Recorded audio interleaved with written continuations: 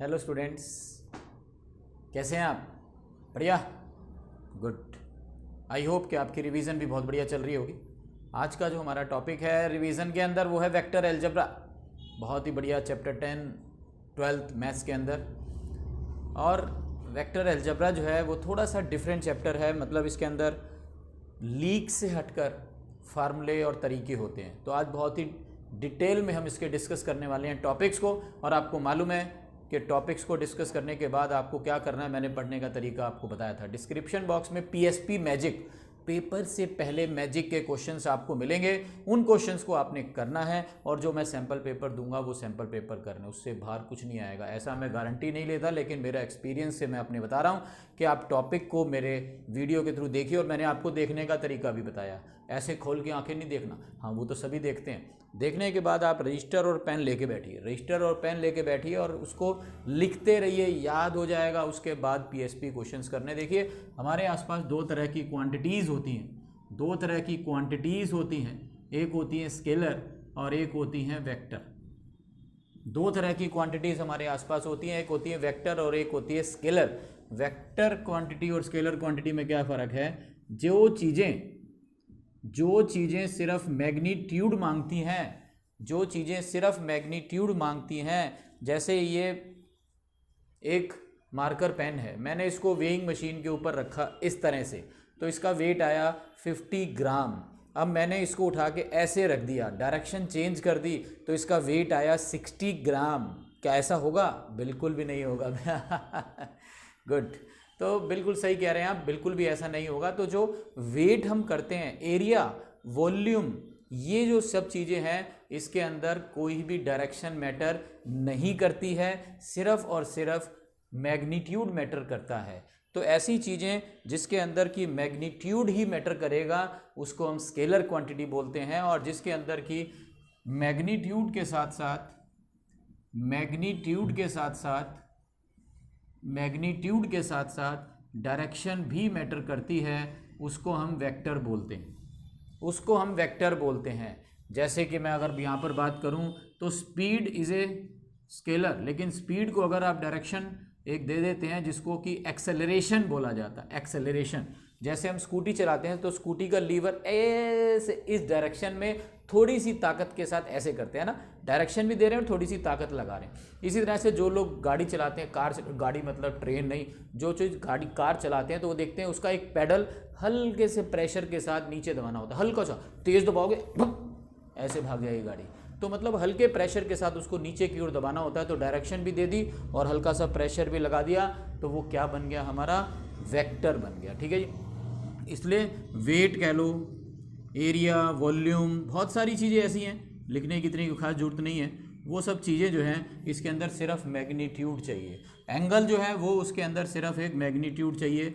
लेकिन एक्सेलरेशन हो गया, फोर्स हो गया, भाई जैसे कोई भी चीज़ है, मैं उसको ऐसे धकेल रहा हूँ, मैं उसको ऐसे धकेल रहा हूँ, धकेलने का मतलब है मैं थोड़ी सी उसमें ताकत लगा रहा हूँ ये, और उसको एक डायरेक्शन भी दे रहा हूँ। ठीक है ना। इसी तरह से वेलोसिटी कह लो, इसी तरह से जो हम ईस्ट वेस्ट नॉर्थ साउथ की तरफ जाते हैं, ये सारी चीज़ें जो हैं वो वेक्टर क्वांटिटी होती हैं, क्योंकि इसके अंदर डायरेक्शन और सम अमाउंट ऑफ फोर्स भी लग रहा है, मैग्नीट्यूड के अंदर मैग्नीट्यूड भी लग रहा है। ठीक है, तो ये ज़्यादा डिटेल की बात नहीं है, वैसे जनरली पूछ लिया जाता है।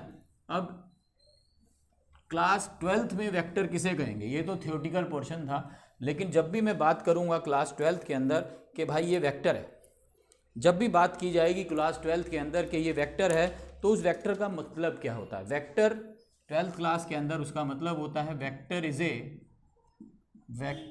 ए डायरेक्टेड लाइन सेगमेंट। मतलब एक ऐसी लाइन सेगमेंट जिसको कि हमने डायरेक्शन दे दी है। जैसे ये लाइन सेगमेंट ए बी है, ये लाइन सेगमेंट ए बी है। अब इसको मैं ए बी भी बोल सकता हूँ और इसको मैं बी ए भी बोल सकता हूँ, इसको मैं ए बी भी बोल सकता हूँ और इसको मैं बी ए भी बोल सकता है ना। लेकिन अगर मैंने इसके साथ ऐसे एरो लगा दिया, अगर मैंने इसके साथ ऐसे एरो लगा दिया, तो अब ये ए से स्टार्ट होकर इनिशियल पॉइंट ये बी तक जा रही है, ये ए से स्टार्ट होकर इनिशियल पॉइंट कहाँ तक जा रही है, बी तक जा रही है, बी तक, ए से शुरू होके, तो इसको अब आप बी ए नहीं बोल सकते, इसको ए बी ही बोलना पड़ेगा। तो इस लाइन सेगमेंट को आप देख रहे हैं, इस लाइन सेगमेंट को आप देख रहे हैं, क्या हो गया, डायरेक्शन भी मिल गई और इसकी जो लेंथ है मान लो 5 सेंटीमीटर है, तो दोनों चीज़ें मिल गई। तो इसी को हमने पूरी चैप्टर के अंदर वेक्टर बोलना है, वेक्टर वेक्टर, ठीक है जी। तो इसको बोलेंगे vector A B, vector A B, और ए बी के ऊपर ऐसे एरो लगा देना। ऐसी मान लो वेक्टर एक ले लिया आपने, उसकी लेंथ 4 सेंटीमीटर है और उसको आपने डायरेक्शन ऐसे दे दी इधर से इधर, तो आपने सी डी लिख के ऐसे नहीं लिखना, मतलब ये एरो इस तरफ नहीं लगाना है, एरो उस तरफ ही रहेगा। तो इसको आप क्या लिखेंगे, डी सी वेक्टर। इसको सी डी लिखकर उल्टा एरो नहीं लगाएंगे, इसको आपने डी सी ही लिखना है, ठीक है जी। तो ये तो हो गया वेक्टर, जिसके अंदर की डायरेक्टेड लाइन सेगमेंट होती है, मतलब उसके पास मैग्नीट्यूड भी है और उसके पास डायरेक्शन भी है, ये दोनों चीज़ें मिल जाती हैं। अब ये जो वेक्टर है ये कई तरह का होता है, ये वेक्टर जो है वो कई तरह का होता है, टाइप्स ऑफ वेक्टर जिसे बोलते हैं। सबसे पहला हमारे पास है जैसे को इनिशियल वेक्टर।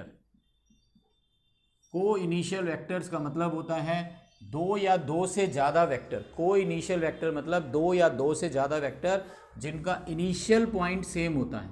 ये देखिए, ये मैंने 3 लिए हैं, ये मैंने 3 वेक्टर लिए हैं, तीनों का जो इनिशियल पॉइंट है वो ओ से स्टार्ट हो रहा है, ओ ए वेक्टर, ओ बी वेक्टर, ओ सी वेक्टर, तीनों का इनिशियल पॉइंट ओ से स्टार्ट हो रहा है, ओ वेक्टर, ओ ए वेक्टर, ओ बी वेक्टर और ओ सी वेक्टर। तो ये को इनिशियल वेक्टर हो गए हैं। दूसरा आता है हमारे पास यूनिट वेक्टर। यूनिट वेक्टर वो वेक्टर होता है जिसका मैग्नीट्यूड 1 है, जिसका कि मैग्नीट्यूड 1 है, मतलब उसकी जो लेंथ है वो 1 है, जिसका मैग्नीट्यूड 1 है, मतलब उसकी लेंथ जो है वो 1 है मैग्नीट्यूड। जैसे वेक्टर ए बी है, कोई भी एक वेक्टर ए बी है, जब मैं उसके साथ ऐसे मॉड टाइप लगा देता हूँ, 2 डंडे लगा देता हूँ, इसको बोलते हैं मैग्नीट्यूड। मैग्नीट्यूड, इसका मैग्नीट्यूड अगर 1 है तो ये यूनिट वेक्टर है। इसके ऊपर हम ऐसे कैप भी लगा सकते हैं, ए बी के ऊपर कैप भी लगा सकते हैं।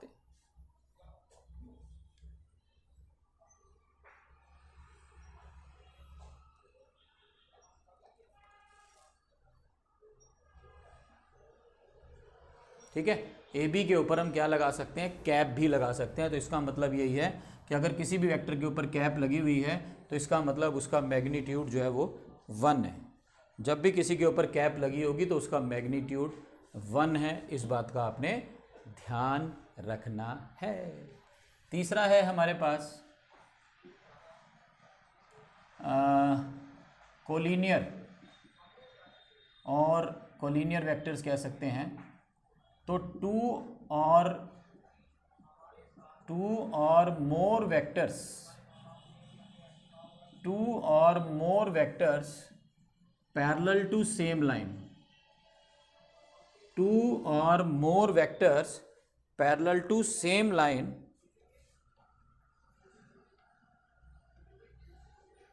ठीक है, 2 or more vectors parallel to same line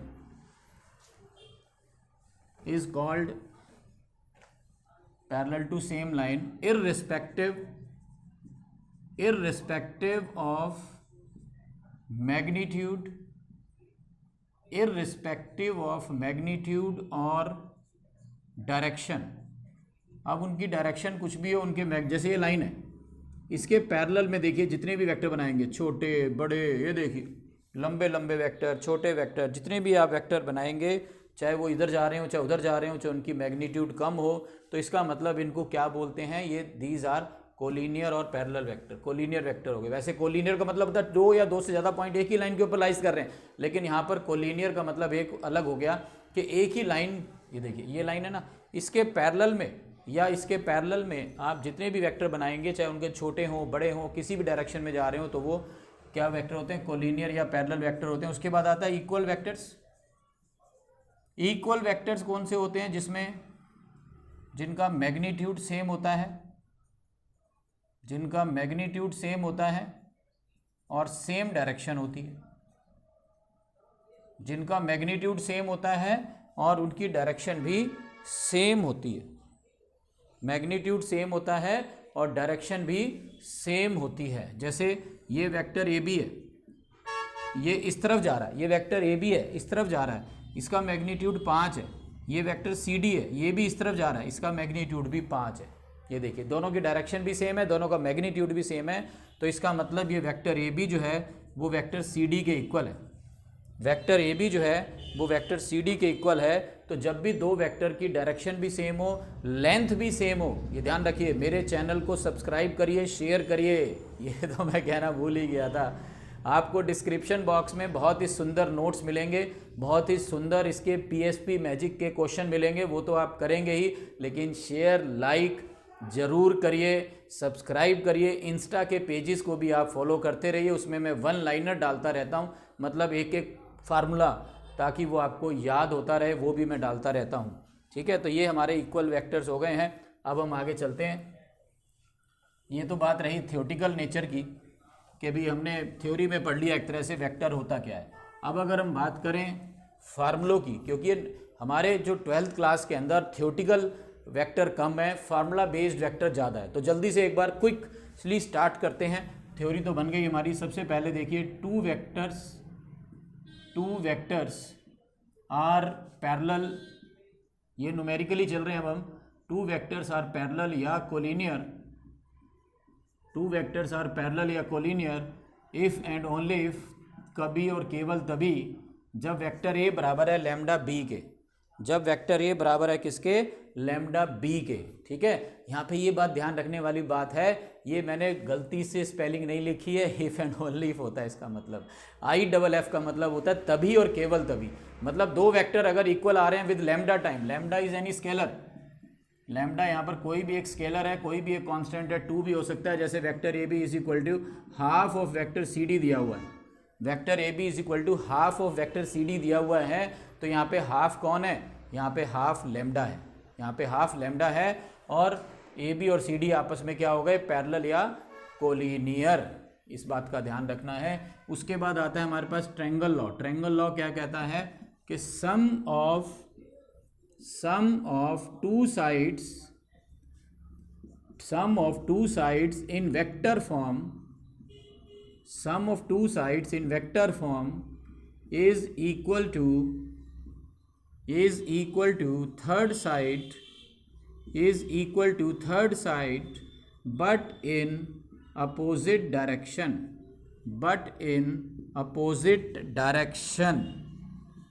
मतलब दो साइड्स का सम तीसरी साइड के इक्वल होगा, दो साइड्स का सम तीसरी साइड के इक्वल होगा।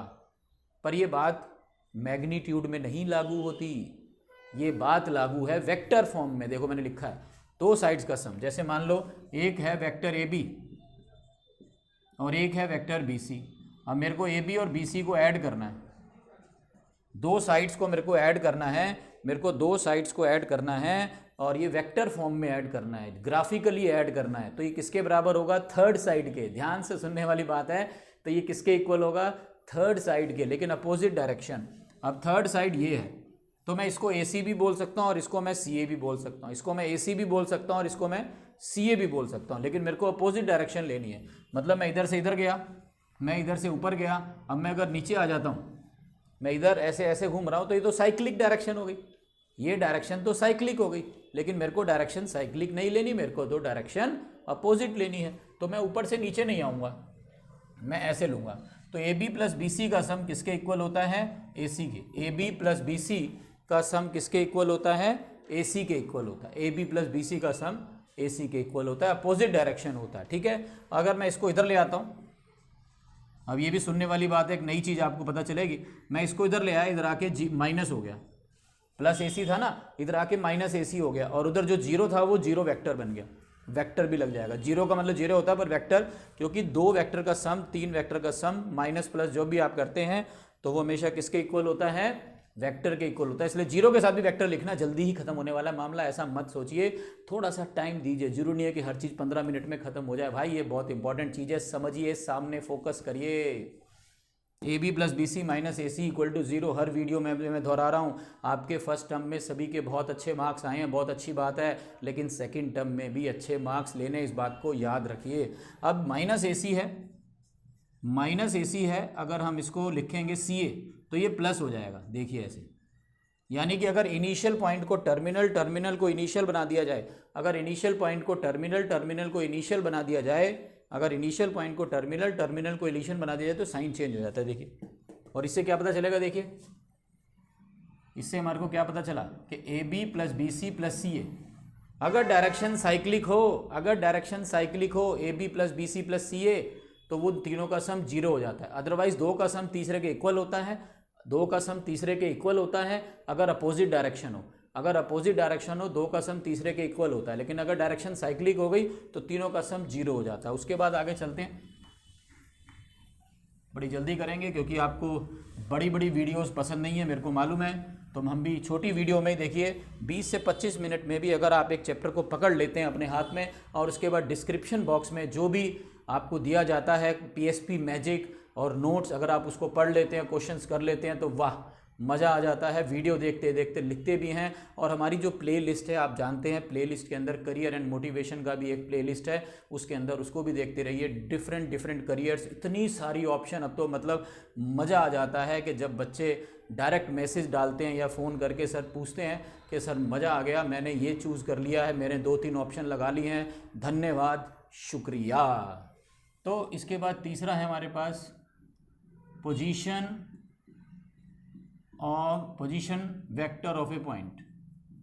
Position vector of a point, position vector का मतलब होता है किसी एक पॉइंट को वेक्टर की फॉर्म में कन्वर्ट करना। पोजीशन वेक्टर का क्या मतलब होता है, किसी एक पॉइंट को वेक्टर की फॉर्म में कन्वर्ट करना। जैसे मान लो एक पॉइंट अपने पास 3, 2, इसको मैंने वेक्टर में कन्वर्ट करना। ये मेरी एक्स एक्सिस वाई एक्सिस है, ये मेरी एक्स एक्सिस वाई एक्सिस है, मैंने ये पॉइंट ए ले लिया 3, 2। अभी मैंने आपको बताया वेक्टर का मतलब होता है डायरेक्टेड लाइन सेगमेंट। वेक्टर का मतलब होता है एक डायरेक्टेड लाइन सेगमेंट, तो उसके लिए एक इनिशियल पॉइंट चाहिए और एक टर्मिनल पॉइंट चाहिए। बस 2-4 मिनट की बात और है, आप ऐसा समझ रहे हैं, तो बिल्कुल भी ऐसा नहीं है, लगेगा टाइम थोड़ा सा 5-7 मिनट। लेकिन मैं सोच रहा हूँ एक ही वीडियो में चैप्टर कंप्लीट हो जाए और आपको भी मज़ा आए, बार बार बटन दबाने की जरूरत ना पड़े। चलिए सुनिए ध्यान से। तो मैं ये बता रहा था आपको कि एक वेक्टर के लिए एक इनिशियल पॉइंट चाहिए और एक टर्मिनल पॉइंट चाहिए। अब इसका इनिशियल पॉइंट तो कोई नहीं है, तो जिसका कोई नहीं होता उसका कौन होता है, उसका खुदा होता है, भगवान होता है। तो इसी तरह से जिसका कोई इनिशियल पॉइंट नहीं होता उसका इनिशियल पॉइंट ओरिजिन होता है। ओरिजिन से इसको बना दीजिए तो ये वेक्टर OA बन गया। जो पॉइंट ए था जब आपने उसको ओरिजिन से बनाया तो वो बन गया OA वेक्टर। वो क्या बन गया, OA वेक्टर। ठीक है जी। तो OA वेक्टर कैसे बनाएंगे, एक्स एक्सिस के साथ हमेशा आई कैप यूज़ करना है, वाई एक्सिस के साथ हमेशा जे कैप यूज़ करना है, जेड एक्सिस के साथ हमेशा के कैप यूज़ करना है। एक्स एक्सिस के साथ हमेशा आई कैप यूज़ करना है, वाई एक्सिस के साथ हमेशा जे कैप यूज़ करना है, जेड एक्सिस के साथ हमेशा के कैप यूज़ करना है। ठीक है जी। तो ये एक्स एक्सिस पे 3 है, वाई एक्सिस पे 2 है, तो ये बन गया 3i + 2j, ये बन गया 3i + 2j। ठीक है जी, 3i + 2j। और अगर यही 3 पॉइंट हो, जैसे 3, 2, -1, तो जब आप इसको वेक्टर OA लिखेंगे तो it will be 3i + 2j - k, 3i + 2j - k, ये बन जाएगा। और इसी में अगर आपको 2 पॉइंट दिए हों, एक पॉइंट की बजाय 2 पॉइंट दिए हुए हैं, बी भी दिया हुआ है 2, 5 और 6, मतलब आपको वेक्टर AB बनाना है, AB। तो A को A लिखा, B को OB लिखा, यानी ये हो गया 2i + 5j + 6k। अब वेक्टर AB बनाना है, तो वेक्टर AB क्या हो जाएगा, OB - OA। मतलब आपको A से OA बना लिया, B से OB बना लिया, A से OA बना लिया, B से OB बना लिया। अब आपको वेक्टर AB बनाना है, तो वेक्टर AB क्या बन जाएगा, OB - OA, terminal minus initial, OB - OA। तो ये कितना आ गया, -i, OB - OA, ये कितना आ गया 3j, OB - OA, ये कितना आ गया 7k, OB - OA। अगर आपने इसका मैग्नीट्यूड निकालना है, तो वो होता है कोफिशिएंट ऑफ i का स्क्वायर, कोफिशिएंट ऑफ j का square and coefficient of k का स्क्वायर। अगर आपको निकालना है इसका मैग्नीट्यूड, तो कोफिशिएंट ऑफ i का स्क्वायर, कोफिशिएंट ऑफ j का square and coefficient of k का स्क्वायर। ठीक है जी। तो ये तो वेक्टर निकल जाता है इससे, टर्मिनल माइनस इनिशियल करके। और उसका मैग्नीट्यूड निकल जाता है, कोफिशिएंट ऑफ आई का स्क्वायर, जे का स्क्वायर और कोफिशिएंट ऑफ के का square.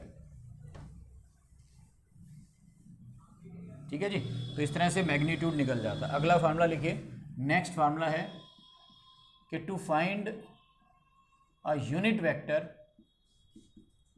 To find a unit vector in the direction of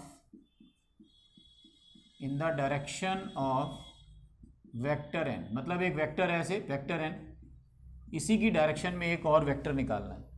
ये वेक्टर n दिख रहा होगा आपको, इसी की डायरेक्शन में आपको एक और वेक्टर निकालना है।